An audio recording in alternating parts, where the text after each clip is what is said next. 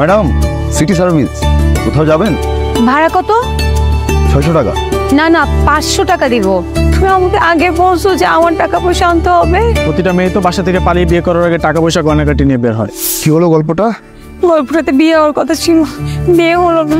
আপনার কাছে টিস্যু আছে? টিস্যু আমি কাললে আমার চোখ দিয়ে অনেক বেশি পানি পড়ে যে আসবে। আরে করেন কি আপনি?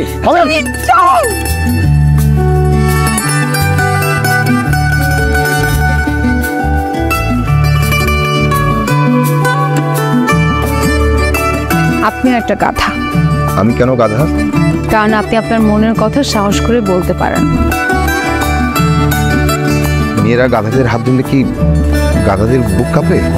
আমি কি করে বলবো? আমি কি গাধার উপর পিএইচডি করেছি নাকি?